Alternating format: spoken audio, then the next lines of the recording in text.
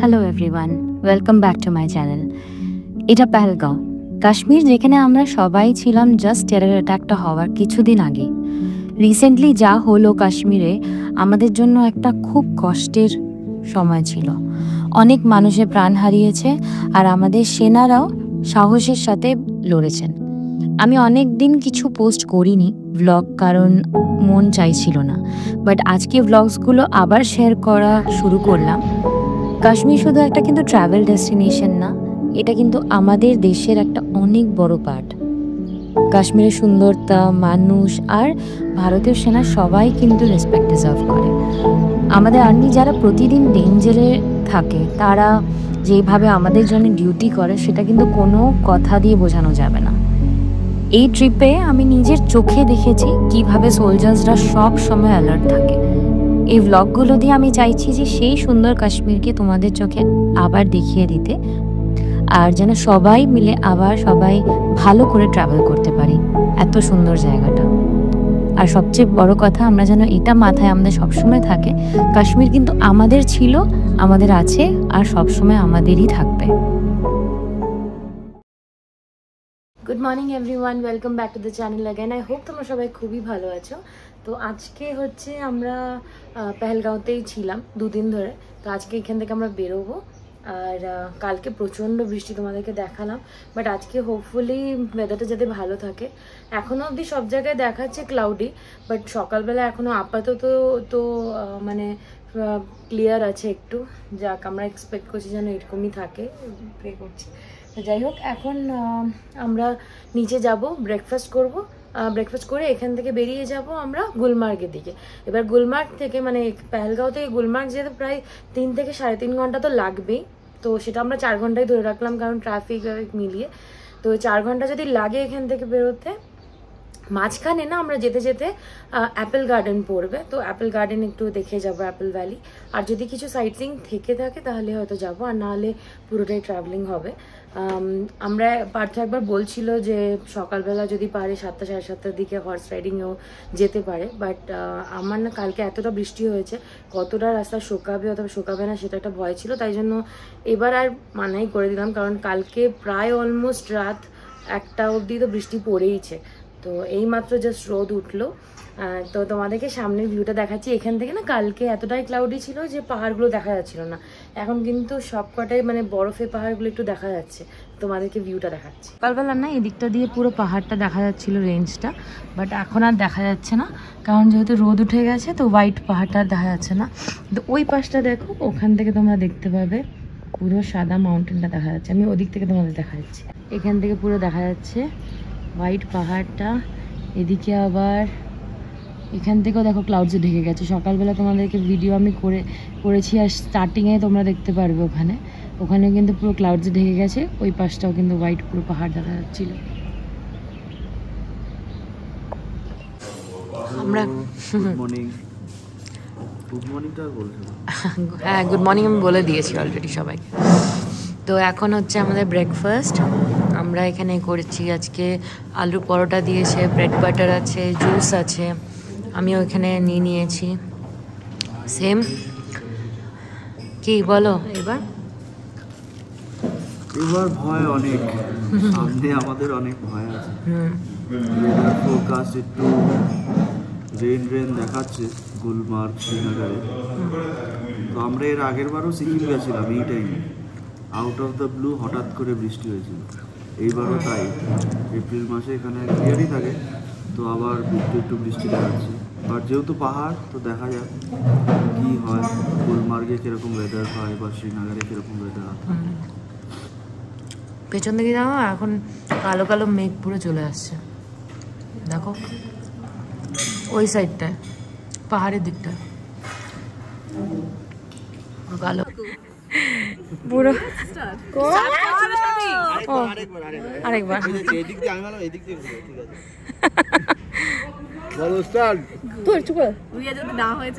আস্তে আস্তে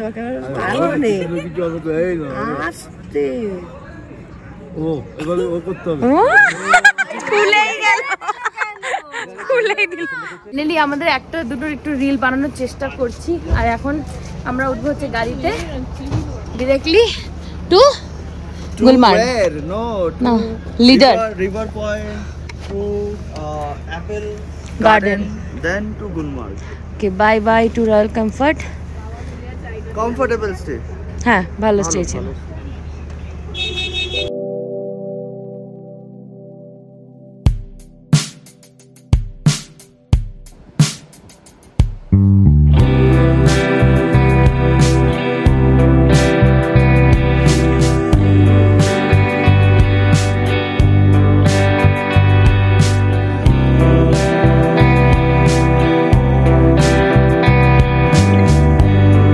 বেরিয়ে একটু এগিয়ে গিয়ে একটা জায়গা আছে যেখানে সিঁড়ি দেওয়া আছে, সিঁড়ি থেকে নেমে তোমরা যেতে পারবে একটুখানি নিচে, উপর থেকে দেখা যাবে, একদম নিচে তো নামা যাবে না, বাট জায়গাটা খুব সুন্দর একদম জোরে। কালকে যেহেতু বৃষ্টি হয়েছে আরও স্রোত একটু বেশি, আর এখানে সবুজ হয়ে রয়েছে, খুব ভালো লাগছে। ওখানে পাহাড় দেখা যাচ্ছে আর এদিকে পুরো নদী।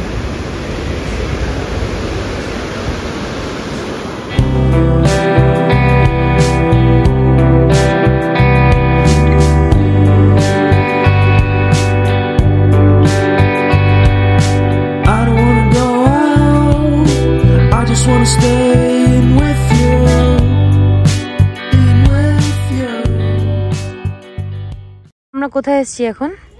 Apple valley. আমরা অ্যাপেল ভ্যালিতে এসেছি। ওখানে পরপর অনেক হ্যাঁ অনেক ভ্যালি মানে অনেক গার্ডেন আছে আর কি। আর এখনও এই যে একটাতে ঢুকলাম, সেখানে দেখো কি সুন্দর ফুল, অ্যাপেল ফুল দেখা যাচ্ছে। কি করবি, ফটো তুলবি? এরকম করলো। ওয়াও ধনে পাতা দিল, খাবি ধনে পাতা? না তুমি খাওয়াবে? আচ্ছা বহুত আমি তো খেয়ে বলবো বহুত আচ্ছা। খাও খাও খাও। গন্ধই নেই। এই যে ধনে পাতার গন্ধ, স্টেমসেই তো থাকে, পাতা তো থাকে না বেশি। সব পালং শাক, পুরো বাগানটা দেখো। এইখানে ফেক কিছু ঝুলিয়ে রেখেছে যাতে বোঝা যায় যে আপেল। দেখো যদি ভালো করে দেখো, এগুলো সব থার্মোকলের আপেল লাগিয়ে রেখেছে। সেপ্টেম্বরে মেন হয় না? এখানে এইগুলো না যে পেঁয়াজ গাছ আছে, হ্যাঁ লসুন আছে, ওগুলো হাক শাক ওখানে করেছে। ওইদিকে আখরোটের পেড় আছে, অনেক কিছু। সবই সেপ্টেম্বরের দিকেই হয়, সব সেপ্টেম্বরের দিকে। আর এমনিতে রেগুলার বেসিসে যেরকম সব বাকি অন্য গাছগুলো তো আছে, পালং শাক, তারপর তোমার ইয়ে ধনেপাতা, পুদিনা ভর্তি আছে, অনেক চাষ করে ওরা। হচ্ছে আচার জ্যাম দিয়েছে। বলো মামনি, বলো কি কি? ব্লুবেরি, তারপর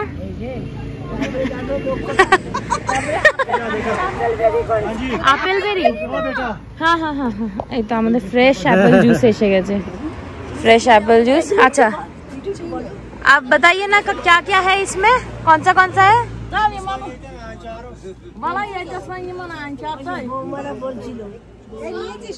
हाँ हाँ नीचे।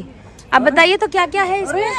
एप्पल का अचार है, एप्पल की चटनी है, गार्लिक की चटनी है, हाँ। लोटस है, फिग जैम है, अच्छा एप्पल और वालनट है, मलबेरी है, एप्पल और सैफरन है। ओके, ये सब जैम और वो है ना अचार है, रेड चिली। अच्छा अच्छा अच्छा, रेड चिली, पूरा गोभी है। आप टेस्ट करो। मलबेरी, ये वाला ब्लैकबेरी, और मैम को ये पसंद आया मसाला टी।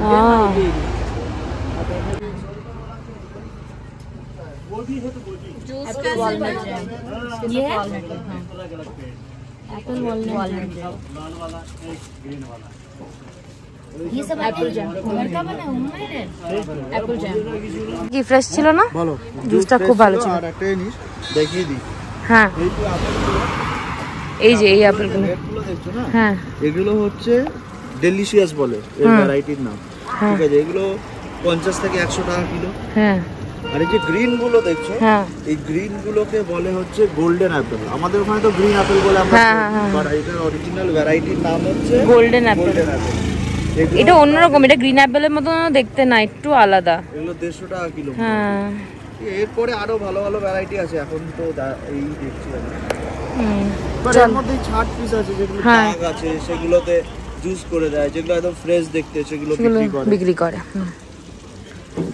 আমরা রাস্তায় যেতে যেতে আবার সেই স্টার ক্রিকেট স্পোর্টস সেখান থেকে আগে ব্যাটটা নিয়েছিলাম, সেখান থেকে নিলাম, কারণ গুড়িয়ার একটা ফ্রেন্ডের জন্য একটা ভালো ব্যাট কিনতে হবে বলছিল, তো ওনার কাছেই আসলাম। অ্যাকচুয়ালি এর আগে একটা দোকানে গিয়েছিলাম, কিন্তু প্রাইসটাও বেশি বলছিল, আর সবচেয়ে আমার মনে হলো ওনার বেশি জেনুইন ছিল, তার জন্য এখানেই এসেছি। যাওয়ার পথে পড়বে, তারপরে আমরা গুলমার্গের দিকে এগোবো।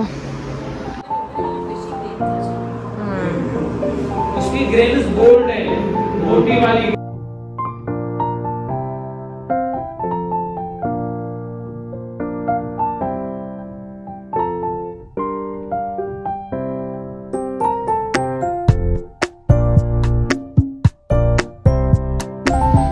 আদর করতে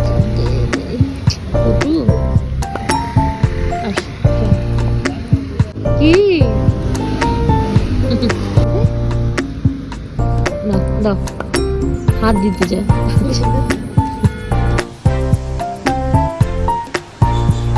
আমরা রাস্তায় জাফরানে আসলাম, এটা ভালো নামকরা রেস্টুরেন্ট, তো দেখি কেমন খাওয়া দাওয়া, তোমাদেরকে রিভিউ দিয়ে দেবো।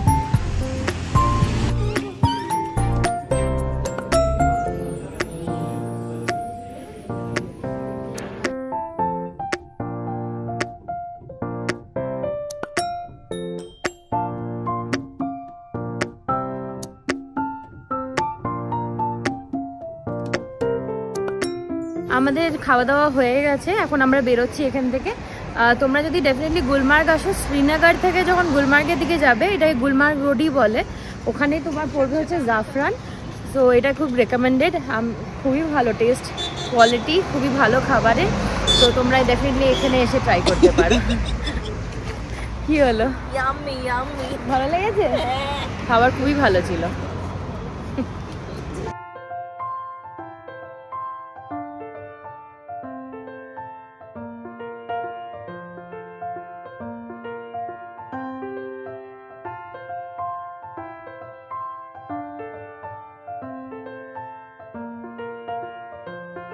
এখন গুলমার্গে পৌঁছালাম জাস্ট, আর পৌঁছানোর আগে না, আমরা তো কালকে এখন তো ডিরেক্টলি ওপরে উঠে যাব, মানে হোটেলে চলে যাব।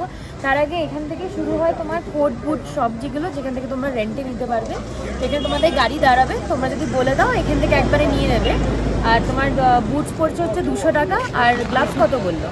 গ্লাভসটা যাই না 100 হবে, মোটামুটি 100 টাকা মতন হয় রেন্টে, তোমরা এখান থেকে নিয়ে নিতে পারবে। যেরকম আমরা নিয়েছি ওই নাম্বার 7, শপ নাম্বার 7 থেকে। যেহেতু আমরা একবার উঠে যাবো, আর তো আসা হবে না, কালকে একেবারে 8টার দিকে বেরোবো, ওরা বললো 8টার দিকে বেরোলেই হয়ে যাবে। তো এখান থেকে সব রেন্ট নিয়ে নিলাম, জুতো আমাদেরকে ক্লিন করে দিয়ে দিচ্ছে সব কিছু, তারপরে কালকে একবারে ওখান থেকে পরে গিয়ে চলে যাবো। ঠিক আছে। আর আমাদের এখানে অলরেডি গাইড আছে, আমাদের এখানে অলরেডি গাইড আছে। হ্যাঁ, আমরা যে ট্রাভেল এজেন্সির সাথে বুক করেছি, ওরা আমাদেরকে একটা গাইড দিয়ে দিয়েছে গুলমার্গে। So he will be there with us till phase 1। Phase 2-তে ওরা যায় না, ফেজ 2-তে আমরা আবার করে আসব। আবার ফেজ 1 থেকে ও আমাদেরকে রিসিভ করে, মানে ওর দায়িত্বই হচ্ছে যে কালকে পার্কিং, মানে হোটেল থেকে আমাদেরকে তুলে গুলমার্গের পুরো সব কিছু করাবে, আবার আমাদেরকে হোটেলে বা যেখানে গাড়ি আমাদের পার্ক করা থাকবে সেই ওখানে ছেড়ে দেবে। মানে ওই গাইডের কাজ হচ্ছে এটাই। তো আমাদের সাথেই থাকবে। এমনি চাইলে গাইড এখান থেকে নিতে পারবে তো? হ্যাঁ, রাইট, এখানে চাইলে লোকাল গাইড নিতে পারবে, কারণ অনেক লাইনের জন্য সুবিধা হয়। আরও জানি না, বোঝা হবে যখন করব, নিশ্চয়ই এত ভিড় হয় যে কিছু না কিছু ইউজফুল তো হবেই গাইড নেওয়া। হ্যাঁ, যদি ট্রাভেল এজেন্সির সাথে না আসে তাহলেও তো গাইড পাওয়া যাবে কিনা। ঠিক আছে, তো এই হচ্ছে দোকানগুলো প্রত্যেকটা।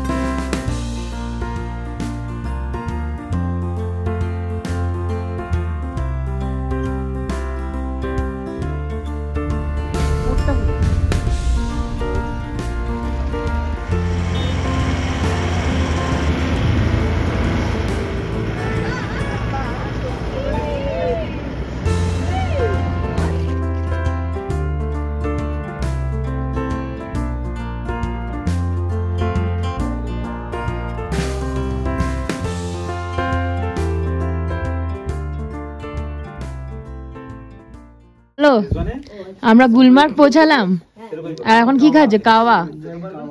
আর আমাদের স্পেশাল দুজনের রুম পড়েছে হচ্ছে এই যে বারবি আর গুড়িয়া, গ্র্যান্ড রুম পড়েছে। সেই রুমে আমরা বসে এখানে আবার আমাদের দেখাবো পুরো রুম টুর দেবো তো, দাঁড়া। আমাদের এটা হচ্ছে ড্রয়িং রুম, আমরা বসে এখন কাওয়া খাচ্ছি।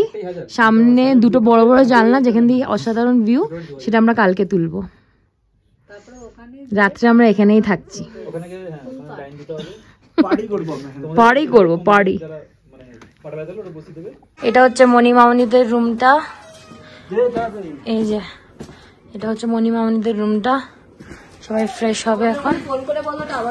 আর এইটা হচ্ছে সোনামাদের রুমটা। সোনামাদের রুমটা একটু দেখে, হাই। এটা হচ্ছে সোনামাদের রুমটা। হ্যালো।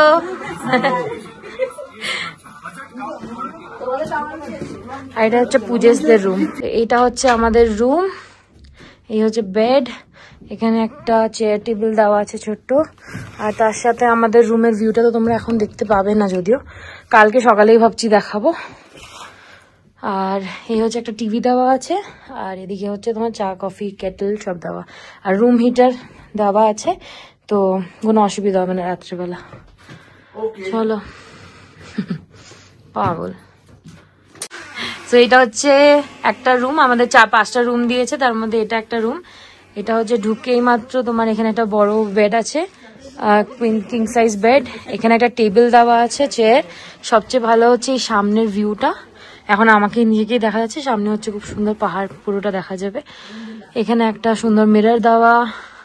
আর এইটা হচ্ছে মেইন পার্ট, এটা হচ্ছে তোমার পুরো একটা ড্রয়িং রুম টাইপের, সবাই বসে কথা টথা বলতে পারবে। সিটিং এরিয়া আছে, এদিক দিয়েও বিশাল বড় একটা জানলা, ভিউ দেখা যাবে।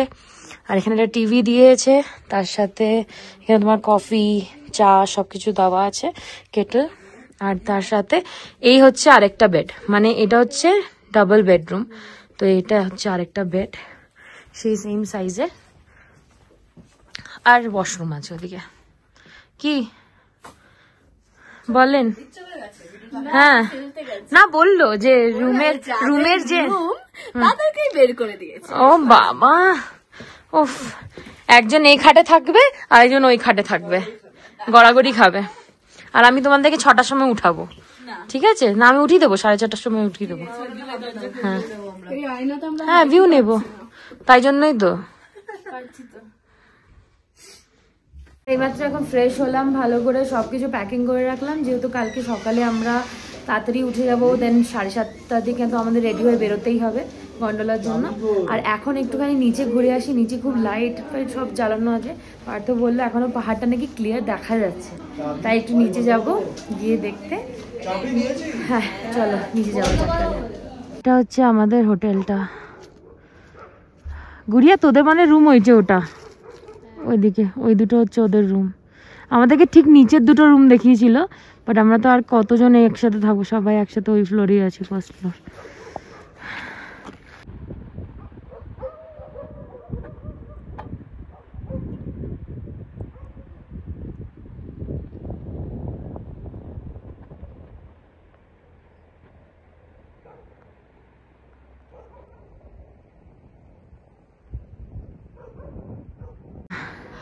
ঠান্ডা, ধোঁয়া বের করছে বসে বসে, বেকার ঠান্ডা, কিচ্ছু দেখা যাচ্ছে না ভিডিওতে, কিচ্ছু দেখা যাচ্ছে না। ফাইনালি আমরা রাত্রে খাওয়া দাওয়া করে তাড়াতাড়ি ঘুমিয়ে পড়েছিলাম, যেহেতু গন্ডোলা রাইড পরের দিন ছিল আর আমাদের খুব অনেক তাড়াতাড়ি উঠতেই হতো। সো তোমাদের সাথে আবার একটা নতুন ব্লগ নিয়ে দেখা হবে। Till then bye, take care.